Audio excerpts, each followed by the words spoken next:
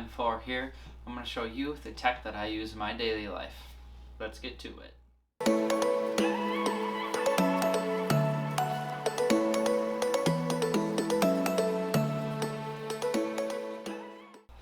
The laptop I use is the 2019 Macbook Pro 13-inch.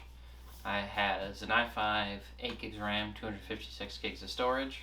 I do wish that when I had bought this, I had bought the higher tier model of this, because with video editing at times it does struggle a little bit. But when I bought it, I was buying it back in college, so I wasn't really thinking about video editing at the time. It does get the job done though with Final Cut, so I don't have too many issues with that. It's still pretty easy to edit videos and get them done in a timely manner without too many issues. The battery life on this thing is very good, I think. I don't use it too often with the battery. I tend to have it plugged in a majority of the time. I'll use it an hour here and there without it being plugged in, because it's typically not a good thing to always have it plugged in. So I do let that run on that battery a little bit, just so it's not always constantly plugged in. But you can get up to 10 hours on this, even a little bit more, depending on that screen brightness and like the volume. If you're listening to a video or anything like that, watching a movie, that volume also then depends on that a little bit as well. Not nearly as much. Same with brightness of the screen, all that different kind of stuff. Speaking of the screen, it's a very nice screen. It's 2560 by 1600, so the resolution is great for it. It looks fantastic. It looks very clear. The colors are very good. They have a bunch of different color options you can do. I put mine on the P3 because I think that one looks the best personally, so it is super nice. Another thing that's really cool about this is the trackpad. It's full of gestures, a bunch of different stuff you can do, and I really like that. What I don't like as much about this MacBook Pro is the keyboard. I do think that the butterfly keys aren't the greatest, and that's typically the downside to a lot of Macs, as well as thermal throttling, which is a whole different story. But those butterfly keys, they just aren't durable. It feels not good to type. It doesn't feel as smooth. I've gotten used to them, but they just bottom out super fast. There is no key travel, so if you type a lot, I would definitely not recommend a MacBook. But for a lot of other things like video editing and photo editing, MacBooks are going to be definitely a good option for you. The iPad that I use is the 2018 iPad Pro 11-inch. I use that with the Apple Pencil as well as the Smart Keyboard as well. I do really like the Smart Keyboard, even though these keys aren't nearly as nice, and they're kind of similar to that MacBook Pro where they kind of just bottom out really fast and aren't that smooth. But I like it because you can just do that. Keys aren't active at all on the back, and you're just good to go with this, rather than having one where you have to detach it, turn the Bluetooth off. If you forget to turn the Bluetooth off, it can kind of be a pain, so then you have to turn it off on the actual iPad itself rather than just the keyboard. It's just a creature comfort that I found this just being more convenient, even though it's not as nice of an iPad. The thing I use the most with my iPad is going to be editing for my podcast with Ferrite, Trash Talk by the Garbage Gamers. I'll link it down in the description. But Ferrite is a super easy to use app that is great for editing audio in general, not just podcast itself, but other things. With the Apple Pencil, you can get really nice, easy precision with those kind of cuts and everything. Couldn't think of what to say there for a second. So it is great to use. I use a cheap Bluetooth mouse with it as well to kind of help out with that. I do wish I could use that new Magic keyboard that they came out with for the iPads that have the floating screen as well as the trackpad. Super nice. I've tried it in stores. It feels great. It's like the new keyboard that's on the actual MacBook Pro, so the typing feels very good. The trackpad is just as similar as on the MacBook Pros as well. Full of features, full of gestures and everything. So I definitely would recommend that, but it is $300. And I personally didn't want to spend $300, so I don't blame you if you don't want to spend $300 on just a keyboard and a trackpad. That basically brings it up to the price of a MacBook. One other thing with this iPad is the screen. The screen has the ProMotion display that Apple uses, and it's fantastic. The ability for it to go from 120 Hz down to all the way down to 24 is amazing. It kind of helps with battery life as well, because if it's constantly trying to run at 120 Hz, it's definitely going to drain the battery more, especially when you have like a movie running at 24 Hz. There's no reason for that to then try the 120, or still can technically be running on 120 even though the movie you're seeing only 24. so that's definitely nice with that. Helps with battery life, but the screen technology is super cool. They should be adding it to their iPhones this year, hopefully, with the higher end models of the 12s and the 12 Pros. So that will be a really cool thing if they do that. There's a chance they may not because of getting that tech down. But the tech on this iPad is fantastic. The screen is super nice. It feels buttery smooth. It's just an amazing screen, and the tech behind it is super cool.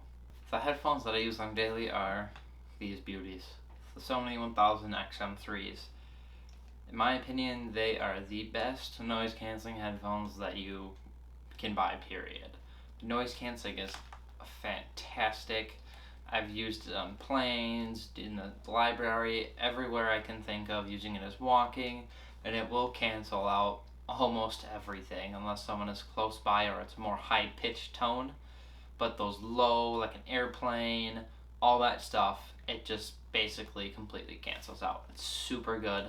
The ability for it to adapt in the environment you're in, as well as if you're like walking, it can change that noise canceling, so then it can offer up noise being injected in, so then you can hear like a car or someone coming from behind you, is super cool. And in the companion app that it comes with, you can adjust all those features, as well as make these sound even better, which is pretty impressive because they sound very good out of the box. A little bit heavier on the bass, as Sony kind of likes to be with their whole extra bass thing. It's labeled on a lot of their product, and it's pretty true with these two. It has some kick to it right away, but you can definitely change that within that companion app. The feature set on these with the different gestures you can do on that right ear cup are super nice. If you just cover it, it just stops the noise canceling, and then you let go and it begins the noise canceling again, so it allows you to quickly talk to someone, which is super nice. You can do a volume up swipe, a volume down swipe, and then you can also swipe left or right to either skip the track or go back to a previous track or start a track again, which is another really cool feature that these have. Durability wise, they're fairly durable. I haven't really had too many issues. You can kind of slowly crank them and they don't have too much. The Bose Quiet Comfort 2s are ones that you can absolutely just yank and they won't break no matter what. So if you're looking for really durable and a little bit lighter weight, those are going to be your choice. But otherwise, these 100%. They're super comfortable, I think, as well. They have a lot of padding on the top here, which they didn't have on the XM2s. I had those as well. It was less padding, and this top part here meshed with the metal. These are the champagne, or they call them silver. On the ones modeled before, they were champagne. They didn't really change the color, so I don't know why they said it's silver, because it's not silver. And then they also come in black that has that same gold trim there, which I do think looks super cool, but I definitely like these color more. The next product we're going to be talking about that I use in my daily life is the Apple Watch. I don't have it on right now because it's dead, but I use the Series 4 44mm.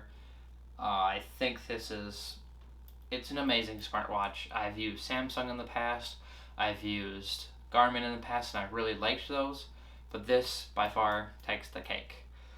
Just the functionality you have with being able to text. You can read a full text on here, which is super nice, and that is in fact somewhat because of this square screen. I personally like this because a book is square, rectangle, same with paper. Really anything you read is going to be a rectangular or square shape, and that's why, one reason why I'm sure that they made this square. It makes more sense. Unlike the Samsungs or Garmin's, when you have those longer texts, they kind of get cut off, and then they just end them before you can actually read the full thing, whereas on this, you can just read the full thing, you can reply, you have more functionality to use with it. I recommend it for everyone who has an iPhone. It isn't for everyone in the end. Some people just don't like smartwatches, but it is a very solid smartwatch, and I think it's personally the best one you can buy, and I don't really think there's anything close to it personally.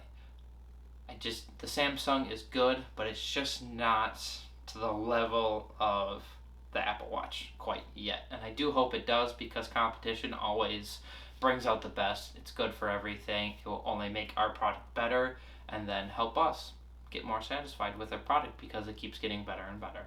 Here's where things are going to get interesting, and where my passion really comes out from tech is with phones. Two phones that I use are the S20 Plus and the iPhone 11 Pro Max, 64 gigs, 128 gigs, so just their base models. I love both of these phones. There's definitely things that could improve upon them, but both are amazing phones. There's a couple of phones I wish I would have gotten for the Samsung. That will be in a later video though, that I plan on making here relatively soon. So these phones, like I said, are very good phones. The 120Hz display on the S20 Plus is fantastic. Displays on Samsung phones are typically going to be very good. There's a reason that other manufacturers use Samsung screens like Apple, because they are very good. Apple tweaks them a bit. One reason you can tell that is on Samsungs and other phones that will use Samsung displays, you can start to see burn-in roughly around 2 years, depending on use, obviously.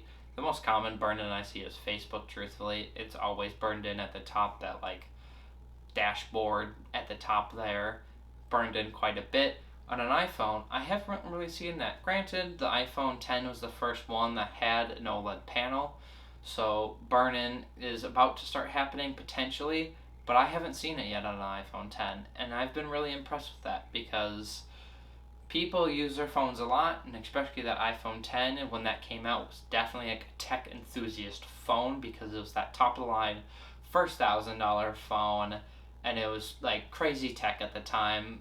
Didn't have a home button, barely had, it was all screen for the most part, so it was crazy, but still really no burn-in, and I'm kind of impressed with that. The battery life on these is super good. Both of them I can use for at least 2 days, typically about 3 hours of usage per phone a day, and I'll charge it every other day. There's times when the iPhone I'll charge roughly like every 3 days.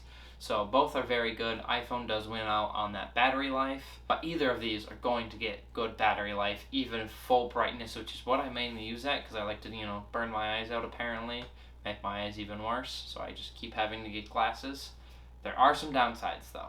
The camera on the S20 Plus is not my favorite. It is a good camera, but when you're comparing it to the iPhone, it's not going to surpass it in either pictures, video, or night mode.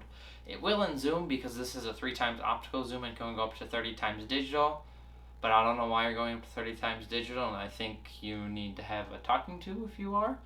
But that 3x zoom is kind of nice. Once you get really past 10x, things start to get really fuzzy.